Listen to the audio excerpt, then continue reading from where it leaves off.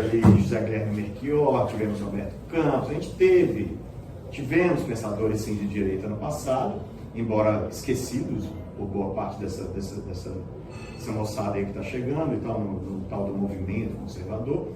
Mas eu queria te perguntar o seguinte, o que acontece? Me permite, na verdade eles não são esquecidos, eles são sufocados pela espiral do silêncio. Perfeito. Eles são sufocados pela espiral do silêncio porque tudo aquilo que ameaça, simplesmente ameaça os interesses do globalismo, né? Esse que a gente costuma chamar de globalismo, essa também chamada nova ordem mundial, que é esse movimento de pessoas absurdamente ricas, influentes, que são simplesmente viciadas na sensação de poder que experimentam quando controlam tudo que ameaça os interesses dessa gente de manter isso, eles sufocam de uma forma sistemática, desumana, né? Eles controlam mídia, eles controlam editoras, eles controlam as grandes empresas, eles controlam as verbas, eles controlam os políticos porque eles elegem, toda aquela burocracia que existe em torno da eleição é justamente para impedir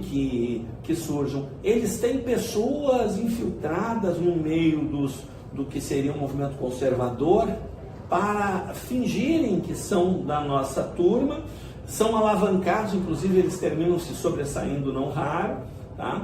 E para quê? Para nos atrapalhar, que é assim que eles controlam, né? E a coisa está muito séria, tudo que está acontecendo nos dias atuais, eu acredito que daqui uns 10 anos para diante vão se referir a esse ano de 2020 como o ano que não existiu realmente, né? E tudo porque eles perceberam que apesar de tudo isso que eles fazem de sufocar o pensamento que desmascara as mentiras e os engodos do globalismo, tá? Desmascara as ilusões que alguns chamam de matrix ou holograma psicopata, tá? Todas essas, apesar de tudo que eles fizeram durante todo esse tempo e de todo o poder que eles exercem, a verdade aflora. Ela é teimosa como a água, rio abaixo, fogo, montanha acima, né? A verdade aparece. E eu dizia lá atrás... É filha do tempo, né? É filha do tempo. E eu dizia lá atrás que as pessoas nos chamavam de louco quando nós começamos eu fazia muito ativismo social, eu presidi Rotary, fundei o Rotary Moinhos de Vento, participei em inúmeras atividades assistenciais. Eu me dei conta que eu estava enxugando gelo, porque enquanto eu estava atendendo pessoas que tinham carências, existia todo um mecanismo de manutenção dessa carência, porque nós, humanidade, já atingimos no início do século a tecnologia capaz e suficiente para proporcionar a toda a população do planeta uma qualidade de vida superior a que nós, vamos dizer assim, uma classe média alta, dispomos. E isso não acontece porque no momento que acabar a carência, acaba o motivo do mimimi, da coisa toda que fazem esses operadores, né? Que na verdade existe uma coisa que as pessoas não se dão conta, né? Nós estamos numa guerra de quinta geração, uma guerra de narrativas, onde não usam mais armas, né? Começou, guerra de primeira geração era com pedras, né? Paus improvisados, depois começa a propulsão, né? Lanças aperfeiçoadas para ir mais longe, flechas, depois vem armamento de fogo, né? Depois vem o armamento de fogo de repetição, vem a destruição em massa, né?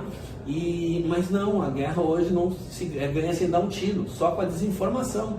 Com a desinformação, porque as pessoas não se dão conta como é que funciona o processo de pensamento de comunicação. Quando nós estamos num paradoxo, nós ficamos incapacitados. E incapacitados, nós estamos indefesos. Quando nós sentimos medo, nós estamos incapacitados, porque o medo faz com que a nossa fisiologia canalize energia para o cérebro réptil, lutar ou fugir. E o fugir consiste justamente em criar uma imunidade cognitiva com relação àquilo. Então a pessoa não quer saber. Então é tudo uma guerra de quinta geração. E fundamental numa guerra é você seguir, você seguir estratégias, né? Como um melhor manual de estratégia, não inventaram nada melhor ainda, é o Sun Tzu, a arte da guerra, né? Você precisa conhecer o inimigo. E quem é o nosso inimigo? Nosso inimigo são essas pessoas absurdamente ricas, né? Mas eles têm uma característica, tá?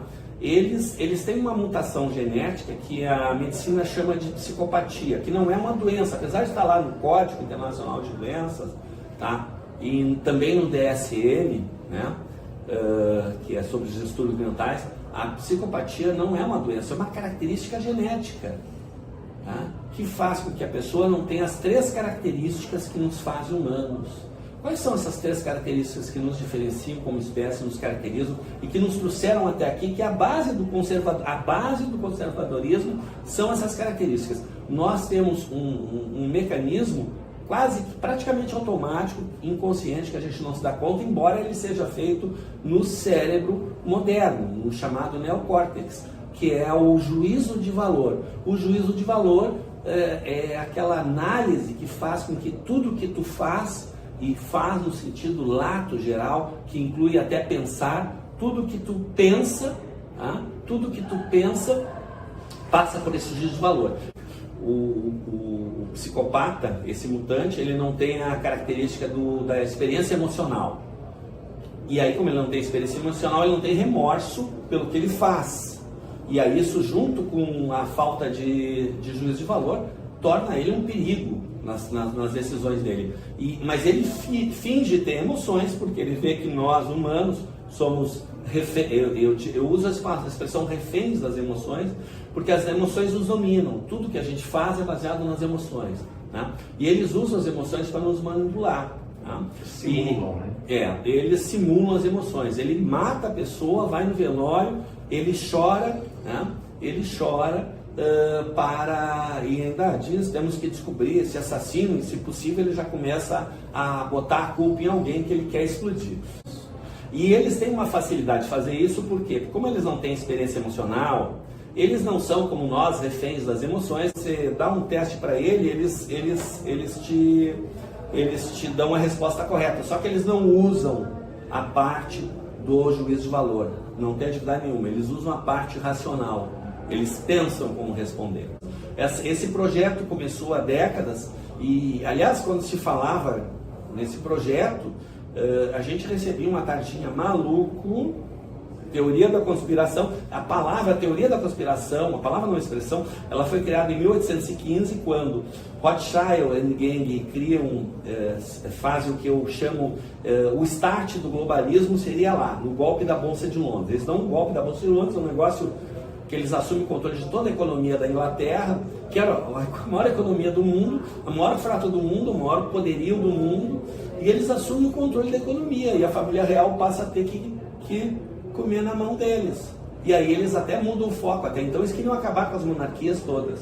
E ali eles veem que eles podem controlar as monarquias ou trazer as monarquias e ser associadas, e se criou. E aí que tem digamos assim, ali que surge a estrutura, a formatação atual dessa nova ordem, que são pessoas absurdamente ricas e outras nem tanto, mas que são famílias reais, ou que controlam, ou que estão exercendo poderes, que são essas dinastias políticas, que eles até vão ganhando muito dinheiro com o tempo, mas na verdade eles estão lá mais porque eles são quem faz essa preservação.